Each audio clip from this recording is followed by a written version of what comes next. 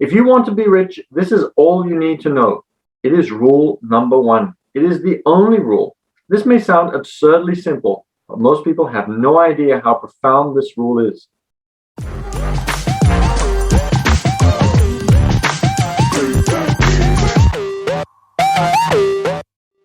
Good morning, everybody. Hope everybody's having a great day.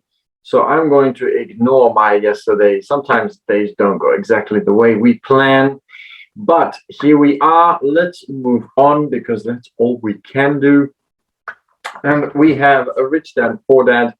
And very early this morning, I read a few extra chapters so that I can get ahead for some of the, and it helps if I hit go live on BIGO. So I did open it, but I didn't press the start button yet. So good morning, everybody. And yes, Rich Dad, Poor Dad is the book that we are reading. I read a couple of extra chapters, so we are in chapter 2, but do not worry if you've missed some of the reading. There is still going to be recordings that we're going to put up every day on YouTube, and that is at the Passive Cash Flow Club, and I'll share that again later on. So we have finished chapter 1, which is all about Robert Kiyosaki and Mike, his friend, who want to figure out how to make money. First, they find an illegal way, and then their dad tells them that it's illegal, but that they should go and have a talk to Mike's dad, who is Rich Dad. And so Rich Dad starts teaching them. And first he pays them 10 cents an hour.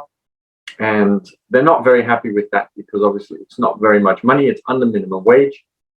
And so finally, after a while, Robert Kiyosaki goes and complains to Rich Dad. And so they have a chat. And after that chat, Robert Kiyosaki then has to start working for no money. And after that, some other things happen, and you can read the replay on that one. So far in chapter 2, we have been talking about a story, which is of the richest people in the 1920s and how they didn't have very good endings by the end of it. And so again, you can follow up on that one when you watch the recordings. And so we are into the second part of chapter 2. And we are starting with rule number 1. You must know the difference between an asset and a liability and buy assets. So we'll quickly get into the reading because it's the last day of the year. So many of you are possibly getting ready to create a brand new life, a brand new year, new opportunities, new possibilities. So I'll let you go and do that very, very soon. So here we go. Rule number 1, you must know the difference between an asset and a liability and buy assets. If you want to be rich, this is all you need to know. It is rule number 1. It is the only rule. This may sound absurdly simple, but most people have no idea how profound this rule is. Most people struggle financially because they do not know the difference between an asset and a liability. Rich people acquire assets. The poor and middle class acquire liabilities that they think are assets, said Rich Dad. When Rich Dad explained this to Mike and me, we thought he was kidding. Here we were, nearly teenagers, and waiting for the secret to getting rich, and this was his answer. It was so simple that we stopped for a long time to think about it. What's an asset? Asked Mike. Don't worry right now, said Rich Dad. Just let the idea sink in. If you can comprehend the simplicity, your life will have a plan and be financially easy. It is simple. That is why the idea is missed. You mean all we need to know is what an asset is, acquire them, and we'll be rich? I asked. Rich Dad nodded his head. It's that simple. If it's that simple, how come everyone is not rich?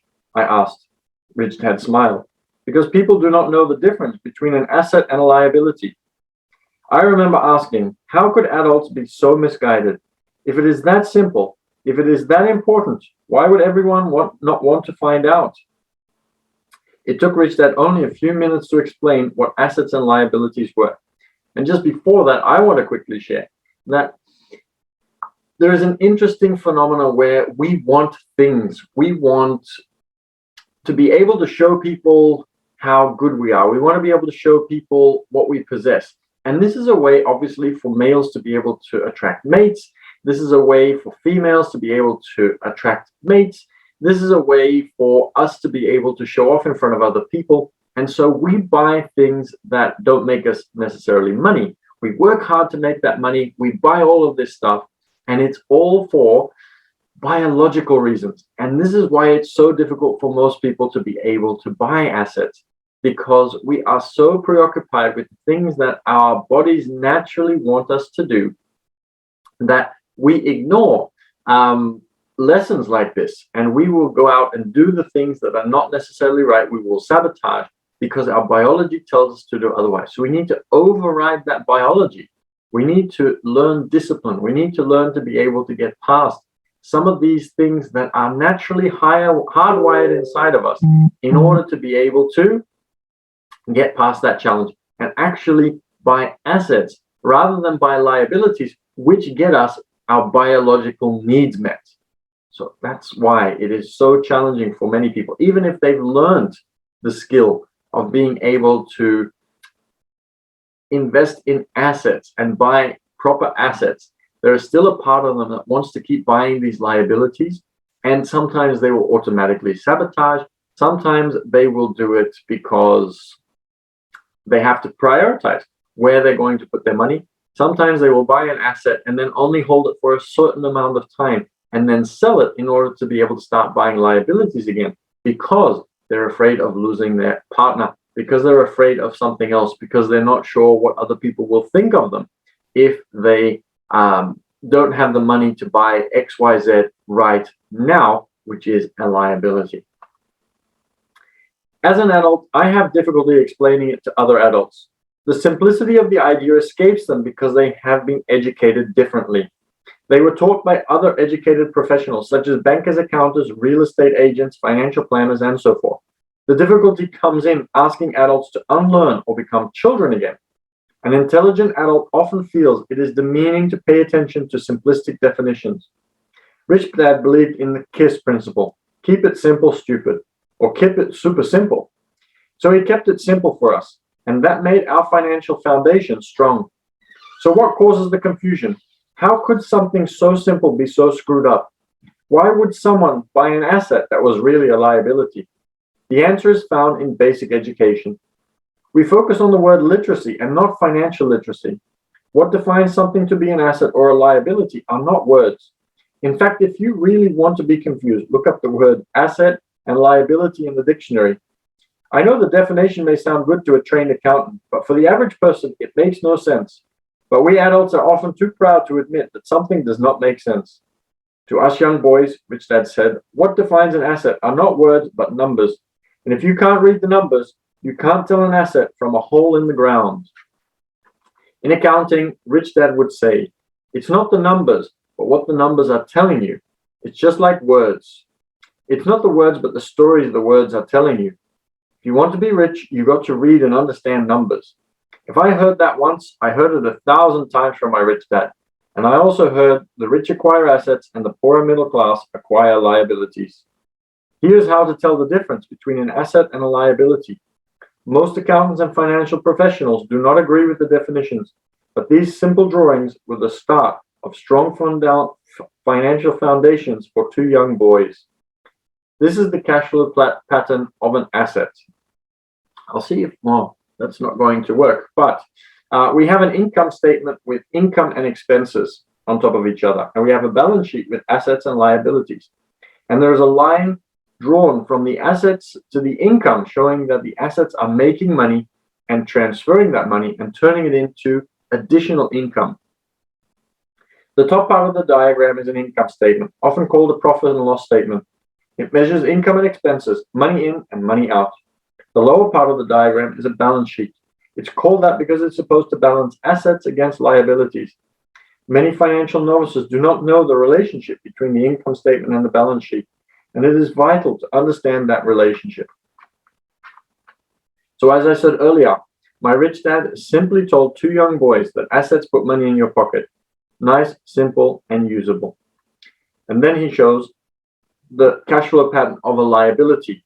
And so this time there is a line from the liabilities to the expenses and then going out to the right, saying that it's expenses going out. Now that asset and liabilities have been defined through pictures, it may be easier to understand my definitions in words.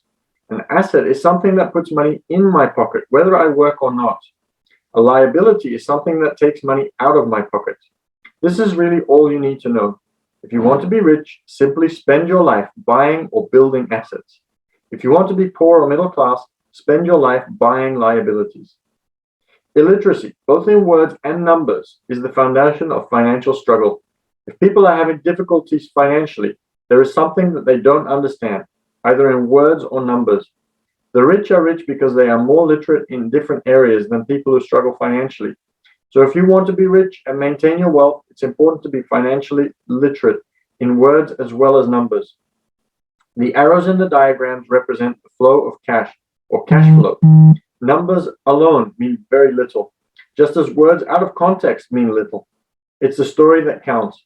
In financial reporting, reading numbers is looking for the plot, the story of where the cash is flowing. In 80% of most families, the financial story paints a picture of hard work to get ahead. However, this effort is for naught because they spend their lives buying liabilities instead of assets. And so then we have a diagram of the cash flow pattern of a poor person. We can see that there is a job and there's a line that goes to the income, and then that is the salary income, and it goes down to the expenses. Taxes, rent, food, transport, and clothes are spent and the money goes out. But the cash flow of a middle class person is where the job goes into a salary, the salary buys liabilities, and then the liabilities have their expenses, and the line goes back out. Those liabilities could be a mortgage, car loans, credit card debt, or school loans. And then the cash flow pattern of a rich person. They may not even have a job. They have assets such as real estate, stocks, bonds, notes, intellectual property, and it goes in as income, rental income, dividend, interest, royalties, and they use that to pay their expenses. And they may have liabilities on there, but it's the assets that make money that create more income.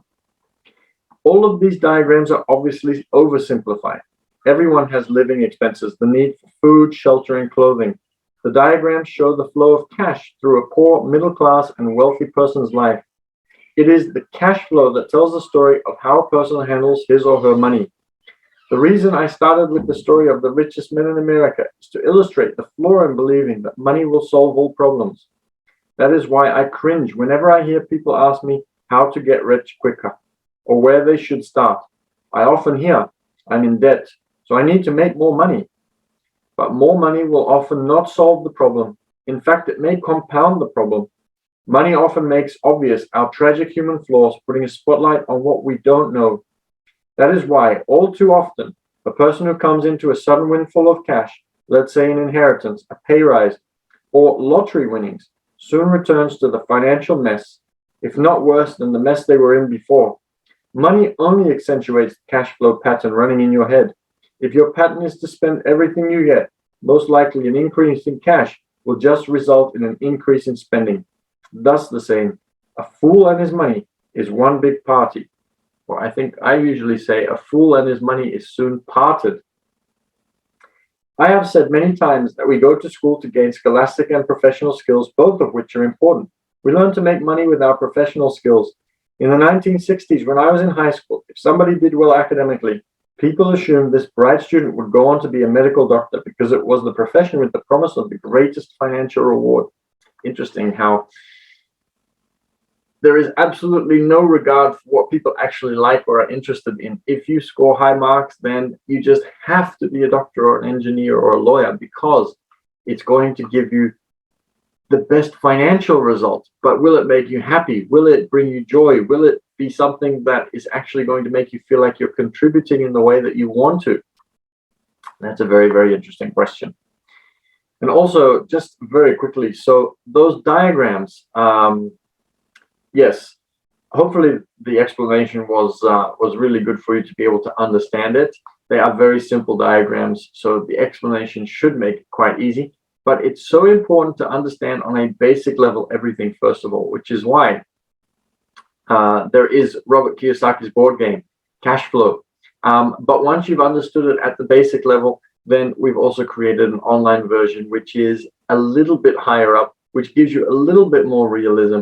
And it is extremely good for being able to have a look at taking the oversimplified to something that is going to be a little bit more realistic so that you understand the principles when you are doing it in real life, or if you want to improve on what you're doing in real life. So at the end, I'll tell you how you can get information about that one. Today, doctors face financial challenge. I wouldn't wish on my worst enemy. Insurance companies taking control of the business, managed healthcare, government intervention, and malpractice lawsuits. Oh, malpractice lawsuits. If you are somebody that births babies, I think pediatrician is what they are called. I need to double check that. Then if a child comes out disabled, the amount of lawsuits and challenges that you have are astronomical sometimes, and it may not even be your fault. But parents want to blame somebody if there is an issue with their child. And so there are certain professions that I would say would be extremely difficult to do. Today, kids want to be famous athletes, movie stars, rock stars, beauty queens, or CEOs, because that is where the fame, money, and prestige are. That is the reason it is so hard to motivate kids in school today.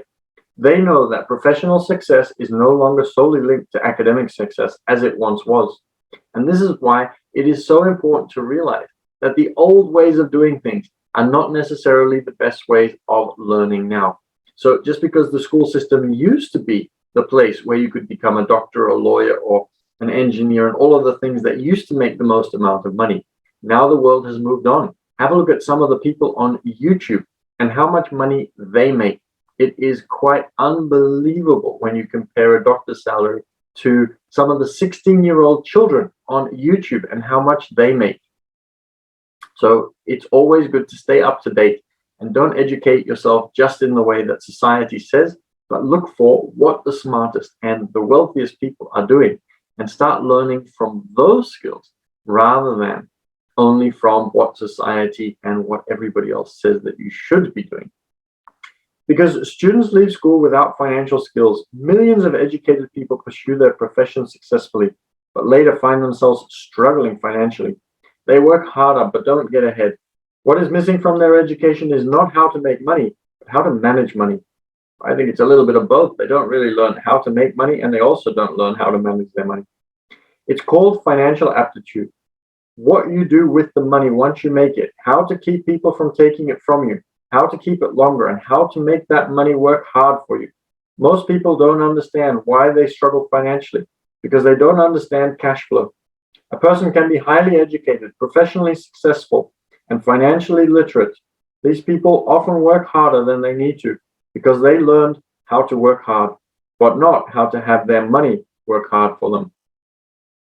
Okay, we're going to leave it there. It brings us to the next section, which is how the quest for a financial dream turns into a financial nightmare. So first of all, I appreciate you being here today. It is always wonderful having so many of you on to be able to read and give you my thoughts and opinions on A Rich Dad Poor Dad. It is a great book, and I'm looking forward to putting up the videos of the other chapters that I read very, very early this morning, so that I'm able to go on my trip, because I might be going on a trip in a couple of days. But if you have missed any of the chapters and you'd like to catch up, then you can always go to YouTube at the Passive Cash Flow Club, and you'll be able to find all the recordings, and all of the new recordings that I've made from just before this chapter will be put up one by one every day. Also, if you'd like to get in touch and if you'd like to know more about that cash flow, especially that online cash flow that I was talking about earlier, then you can go to Instagram, see what I'm up to there. And you'll be able to find me at business_team_the number 6_official. And I would love to see you there.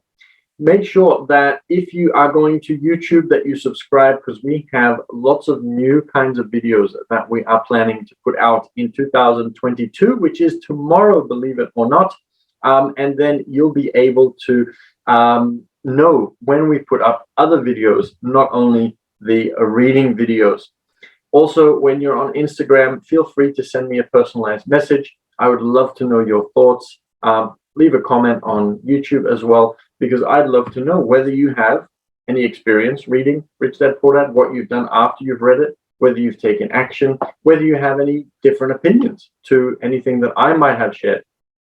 So I'd love to hear from you there. And yes, let me know if you'd be interested in the cash flow, and then I can get my virtual assistant to send you the details for that one. So thank you so much for joining. Have a great last day of the year. I am hoping and wishing you all a great start to 2022. By the time you watch this on YouTube, it will already be 2022. So I hope that you already had a great start to 2022. Make sure that you work on your goals a little bit today so that you are ready to hit the ground running for tomorrow. I wish you all the best of financial success, happiness, success, everything else that you dream for in 2022. There will be bumps along the road because we are living in the human condition, which includes things going wrong and where things will not always work out the way we want. But if you set a good start to the year, especially if you do that financially, just like we were just talking about, educate yourself financially, implement things from a non-emotional part of you so that you don't end up getting caught in buying liabilities or trying to look better than the neighbors or all of those different kinds of things. And just enjoy the last day today. And I'm looking forward to seeing you again for another reading tomorrow. And once again, I appreciate you joining. Have a wonderful day, and I'll see you tomorrow.